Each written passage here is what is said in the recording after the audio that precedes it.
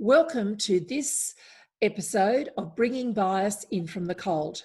I'm Bronwyn Williams, a commentator and facilitator on bias and diversity. And with me today is Tara McGuigan. Hi, Tara. Hello, Bron. So lovely for you. Oh, I'm fantastic. And I'm so glad that you could join us. So can you tell us something about Tara, please? Well, so I live in Melbourne, Australia, and migrated from Sri Lanka in 1988. My husband is Australian, and I've got 2 children. What else? Well, I've lived more of my life in Australia than in Sri Lanka.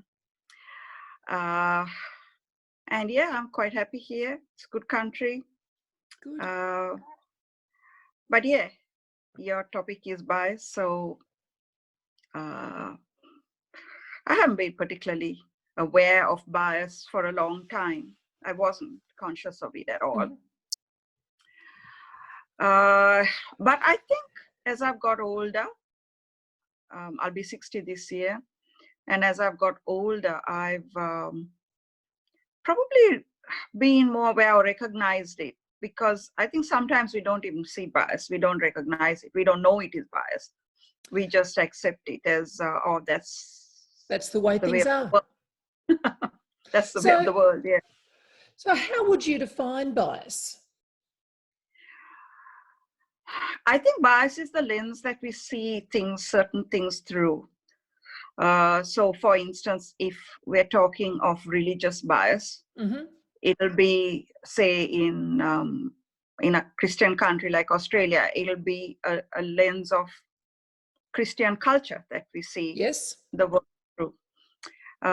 If you were in the Middle East, it would be Islam bias that you would lens you'd see the world through. So in Sri Lanka, it is a Buddhist bias that they see the world. So, and likewise in India, it is a Hindu bias, you know. So that's to do with religion. But of course, there's so many biases. I mean, sometimes I know I used to be biased about men who were not very tall. You know, I used to think, oh, short man syndrome. You know how you say that in your mind? Yes. Oh, I used to. And I realized that that's a bias. Yes. And and that's a friend of mine who is married to a man who is probably 6 inches shorter than she is. She said she struggled with that, and I've certainly come across that in my own life, because that's a cultural thing that somehow says that a man should be taller than a woman. Yeah.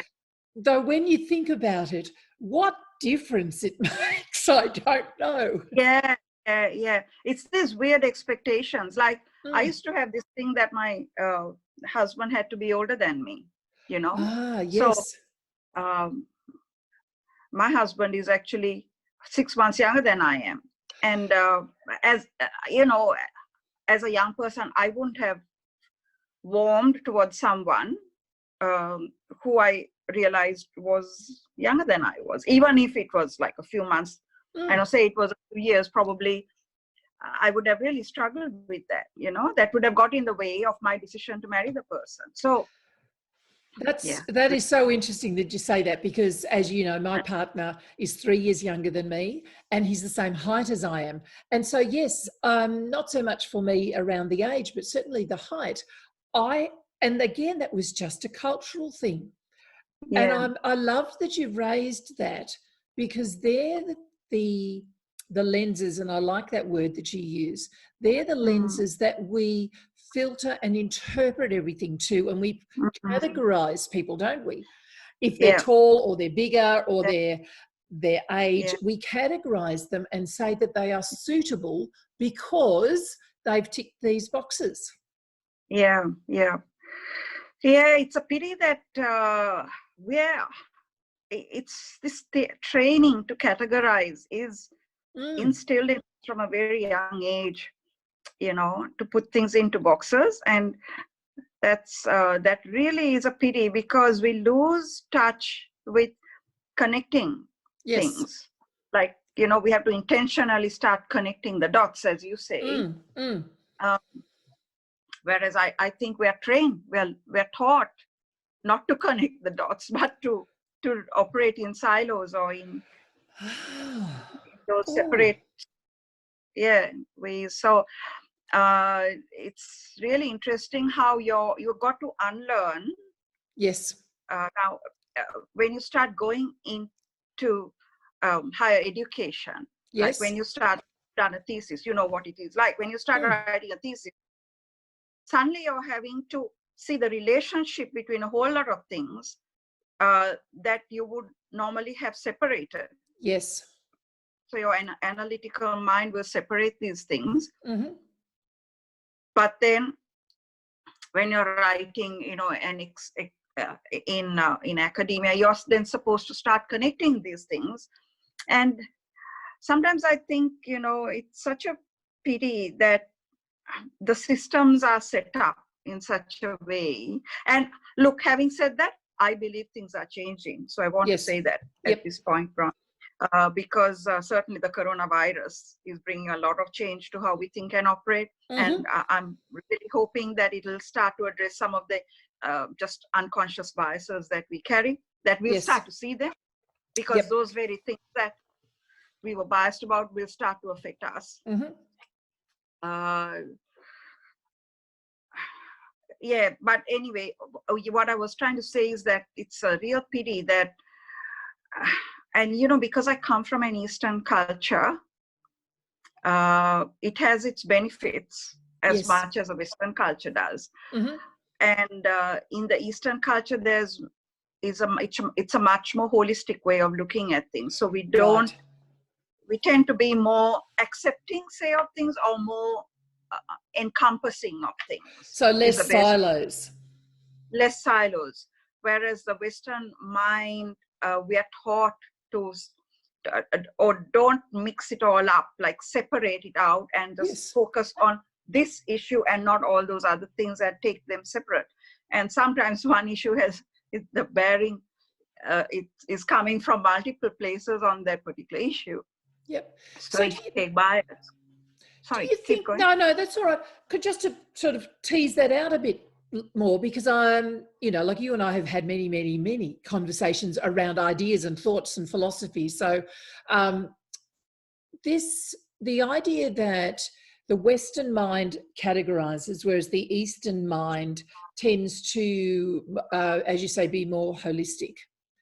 Do you think that's because Western thinking is more that Greek cognitive thing where we have to sort things out, and we are very strong on cognitive, intellectual, whereas the Eastern mind, although people are still cognitive and intellectual and incredibly intelligent, they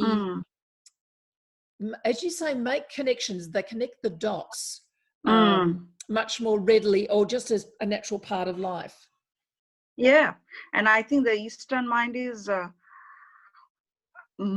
now I just want to clarify, Bron, that in the Eastern countries also you get a lot of bias. So it's not like it doesn't exist. But I think the Eastern mind is more readily accepting of life as it comes at you. Or more readily accepting of people's weaknesses or failures or whatever you want to call it, and doesn't question the way the Western mind would question things. So it's much more about life comes at you this way and you accept it that way. So in a sad way, I think also when, say, a person from Eastern culture, say, migrate to a Western culture, because they come with that accepting way of looking at life, they accept more the bias that if a Westerner migrated to an Eastern place, for example, they wouldn't put up with that kind of bias the way the Easterner would when they migrate to a Western country. So is it a fact of that maybe an Eastern thinker is absorbing the bias as part of the whole rather than saying this does not fit in my boxes, therefore I'm going to resist it. That's right. Okay. That's right. The Easterners tend to accept life. They have a different approach to how life comes at us. Right, at people. There is less choice for a start. Like you're born to a family, you live according to the family's rules, and you live in a certain context. You wouldn't think to question that context. I mean, certainly if you look at the Eastern countries, they don't, they're not openly critical of government or, you know, because they'd have to pay a price for that, for a start. Okay, and, yes. And also I mean, it's a sad thing, I think, that that happens, and they allow for themselves to face bias. Now, in Sri Lanka, there's the Sinhalese and the Tamils. And one of the first questions I used to have asked of me when if I met Sri Lankans in Australia is, are you Sinhalese or Tamil? You know, that was one of the first questions. And we come to Australia to get away from all of that, you know. So, and it's still here, it followed you. That is how ridiculous. And in my case, I'm neither, because I belong to a whole different racial group, which is a very tiny racial group in Sri Lanka. Well, there you go. I've learned something about you today. Yeah. Yes. And it used to bemuse me that people come all this way. Yes. They come as refugees, mind you, to get away, some of them, but others migrate, to get away from all of that. And then they ask this ridiculous question, you know. So we carry, I mean, even the Easterners, that's why I said, like, you know. The bias is still there. So do you think, because I find that really fascinating, because you're right, you know, people come to Australia because they are trying to escape or get into a new life, and yet we can't help but bring our biases with us. I often say that bias is like part of our DNA because it has formed in us at such a young age. We've been given these lenses to look through. So do you think, like we talked about categorizing and silos, so categorizing goes on regardless of whether you're an Eastern person or a Western person. But I think categorizing helps us control things, doesn't it? It helps us settle in our own minds where other people fit and where we fit in the world. And that's probably why those questions have been asked of you. And there's nothing necessarily wrong with that or negative about that.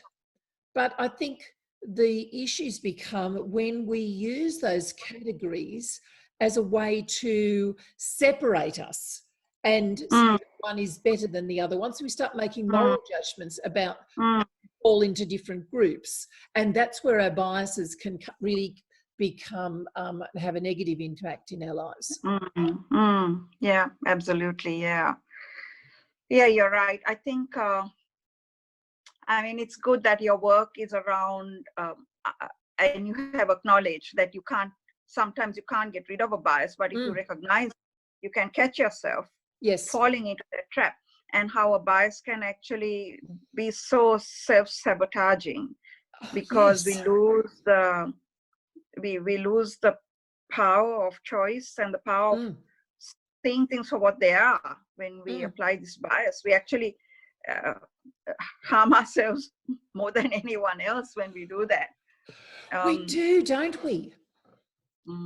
Yeah, because we limit our experience of the world, and we limit the people that we connect with, and we limit our the way experience. Our experience of life can be so much bigger if we allow for those lenses or those biases to be removed. Or see past them. That's right. Now, you talked about, like I'd mentioned that I don't think I can ever particularly do away with bias, but we can mitigate the risks or catch ourselves. So what are some of the things that when you notice yourself, either you're falling into a bias that you've recognized, what do you do? How do you treat yourself? How do you deal with yourself when you find you're sort of reverting to type? Self-talk is good for me, because I chide myself and say, can't you see yourself going back into that same old place, you know? I find that works for me. Yep. Sometimes I would probably discuss it with a close friend. I mean, often you and I have talked about things. Yep. And seek clarity, because we can go with bias, you know, where you can be accommodating of something that is not on. That's the other side of bias. It is, yes. So that's, you were talking about that before, how Eastern thinkers, in a sense, accommodate bias much more readily than Westerners do themselves a favor, or their children or the other generations coming up, you know. So bias is not acceptable. No. And I think that's the more one of my real aims with doing these conversations is, you know, it's called bringing bias in from the cold so that we can discuss it. I want to demystify it so that I have conversations with people from a variety of backgrounds and life experiences so that we can see where things are the same and where they differ, but also to sort of normalize the fact that we all have biases, and having bias is a shared experience for all human beings. Because I think sometimes one of the things that stops us from admitting our biases or confronting them is that we actually feel ashamed. We know somewhere in our head that we don't actually want to think badly, or we don't want to categorize people, but we do unconsciously. And so we just prefer not to think about it at all. Whereas if we can say, look, this is actually a normal part of being a human being. It's not a helpful part, but it's a normal part. And then we can just remove some of that shame around it and then talk about it. I mean, look, there's another thing I wanted to say about bias, which ties in with what you just said, is that I mean, you're talking of unconscious. People are unconscious. Often people don't mean to be like that. They don't want to be like that. And to be kind of judgmental towards someone in whom you see bias is also not fair on them. You know, there's another way to address it. Yes. So one of the really funny things I find is, because my husband is white Anglo-Australian, and because I've lived in Australia a long time and I've probably got fairly anglicized myself, people will talk to me like people express bias to me, forgetting that I myself am not white Australian, right? So they might talk about, it's so funny, like, so they might talk about, migrants are like that, or I don't know, Iranians are like this, or whatever it is, you know, and or they might talk about, their weird food, or, you know, things like that. And it's so funny, because I think you forget that you're talking with someone who actually, I don't come from Iran, but I relate very closely with what it would be like for someone who comes from Iran. That's right. And that you might actually have weird food too. That's right. So you might call food weird, but but these are well-meaning people, right? They're not sitting out to, in a weird way, Bron, and this is not again saying it's okay to do that, but they don't mean to hurt people, right? But they are just expressing something that we wouldn't even normally do. You know, it would be too polite to do. And look, I think that's, again, is one of the the purposes of my work with bias is to help people see when they are expressing bias. As you say, most of us don't set out to hurt someone else by the things that we say or do, but because so many of our biases are unconscious, we can hurt people. And so the more we can talk about it, the more we can understand what's going on inside our heads, and that is then being reflective outwards, I think is helpful. Now, we're going to bring our conversation to a close, Tara, and I really thank you for your insights today. And I love the idea of around lenses and the difference thinking between East and West. So is there something just that you'd like to leave us with, a final thought? I think it would be wonderful if this conversation was picked up by organizations, because organizations impact so many people. A company that you work for would impact you. And I think the world will just be a better place if we could just see the biases we have. I mean, it's not just West and East. There's West and West where there's bias. That's right. So, and East and East, and it happens everywhere. With your neighbor, you might have a bias about your neighbor. Yes. I think this is a really important conversation, Bron, and it needs to be much more in the mainstream and not just something that is an add-on. This sort of conversation needs to be part and parcel of school curriculums, of training for new employees as they come in. Yes. It needs to be really extended and bigger. Yeah. Well, who knows? Who knows where it's going to go? Yeah. So thank you, Tara McGuigan. It's been wonderful having you here on Bringing Bias in from the Cold. I'm Bronwyn Williams.